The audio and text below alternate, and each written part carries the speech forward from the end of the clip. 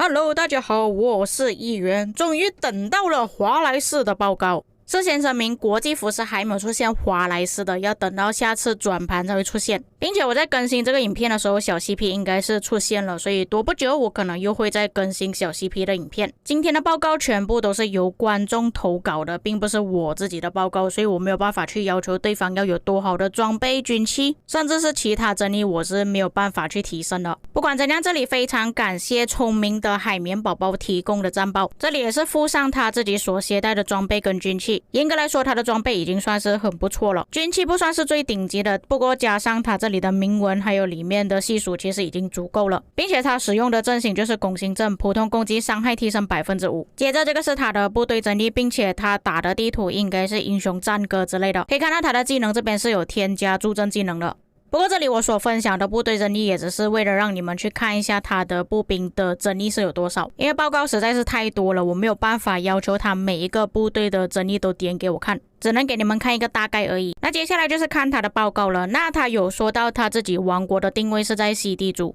并且敌人的人数比较多，所以他这里出来的报告全部都是逆风打出来的报告，所以你们也可以作为参考看一下，假设是逆风的情况下打出来报告是怎样的。不过我看了他分享的好几份报告，都是在阵亡之前就已经回家可能替换部队了，就像这份报告剩余的部队还有 9.2 万，第二份报告还有 5.8 万， 248%的击杀比例，第三份报告剩余的部队数量有 3.2 万， 200%的击杀比例，这个报告还是可以赚1倍的。这一份报告击杀比例就比较多一点了，有 596%， 剩余的部队数量也只有 6.7 万而已。并且他这份报告应该是打了蛮长一段时间了，你们可以看到这里有好几份报告，并且他的击杀分数也比较多。下一份报告击杀比例 255%， 剩余的部队数量也是 7.6 万左右就回家了。我可以看到他这份报告有一点奇怪，你们可以看到下面报告的名字全部都是一样的，估计他这个队伍是在后来被人家追击，所以击杀比例才不会这么高，所以我是有理由去怀疑他是在回家的途中被拦截了。如果除去拦截的部队，我觉得他的报告应该还是不错的。下一份报告这个击杀比例就有点夸张了， 1153%， 哇哦！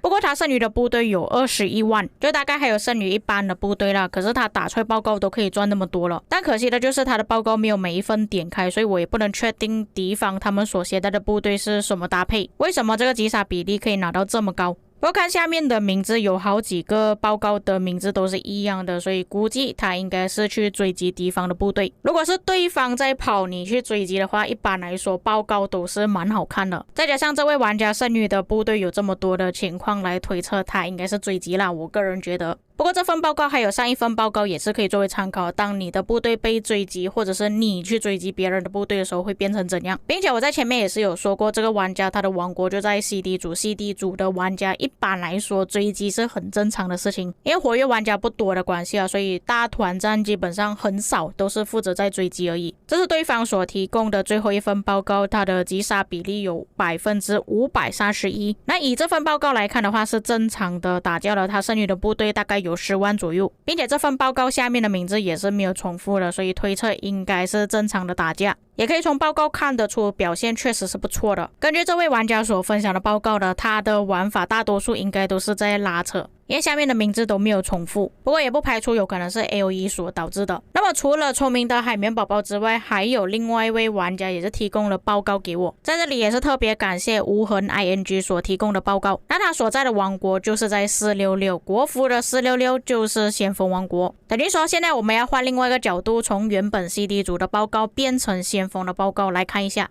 这个是他所使用的装备，那老实说其实他的装备没有比起我们上一个玩家所分享的装备这么好，并且他也没有提供他的军器长什么样子，他只是提供了这个争议而已。而且老实说他这里的争议提升呢，也比起上一位玩家所分享的报告还要来得更低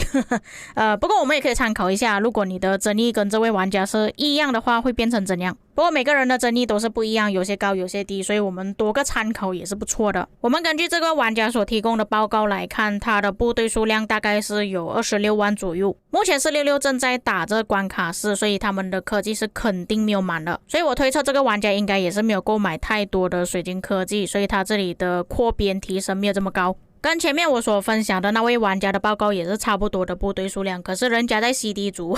不一样，他在先锋遇到的敌人可能扩编会比较大一点，所以我们看报告也不能只是真的看报告而已，也是要去分析一下他是在哪一个王国，他的部队数量、水晶科技之类的。我们先从左手边开始看起，不要看报告内容先啊。这里有好几份报告都是华莱士搭配刘彻的，其中2份报告都是可以赚1倍以上的，然后有1份报告是小亏一点点，只有 89%。不过这份报告攻击的时间有一点短了，他的剩余部队还有20多万就回去了。下一份报告就比较正常一点，可以看到击杀比例有 225%。看对面的部队数量，估计他是应该遇到了大概10支部队左右。下一份报告我原本以为他要分享那个 89% 的报告，结果是分享这个 176% 的。剩余的部队有17万，然后他攻击的敌方部队应该有2到3队左右而已。这一份报告就比较正常了，击杀比例也是 236%， 他剩余的部队数量有 7.6 万，也是赚了大概1倍的击杀比例。下一份报告可以看到左手边，其实他有一份报告 506% 了，但是他没有分享给我，他反而是分享了这个比较亏的报告。不过你们也可以从这边看到他的部队总体数量其实有 27.4 万。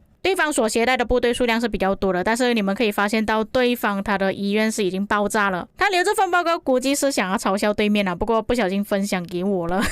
这是他最后一份分享给我华莱士刘彻的报告，击杀比例有 396%。不过可以看到他剩余的部队数量还蛮多的，然后对方损失比较多，再加上他左手边的报告来看，他在打这份报告的时候应该是在追击敌方部队的，所以报告才会这么好看。不过很可惜看不到他报告下面的一些名字所以就没有办法去猜测。但是你们可以发现到这个玩家所分享的报告几乎都是赚1倍而已。但这个不代表说华莱士刘彻不好，而是他的所在环境不同。在前面我分享他的报告之前就已经有跟大家说过了，他所在的王国就是466先锋王国，敌人所携带的装备军器甚至比他更好，就像我前面所分享聪明的海绵宝宝的报告一样，他的装备军器还有部队整理确实是比他更高的。并且在上一份报告我就跟大家讲了，他的携带部队只有 27.4 万而已，就等于说这位玩家在装备军器还有科技都不充足的情况下，在先锋王国打野仗都可以打出赚1倍的报告，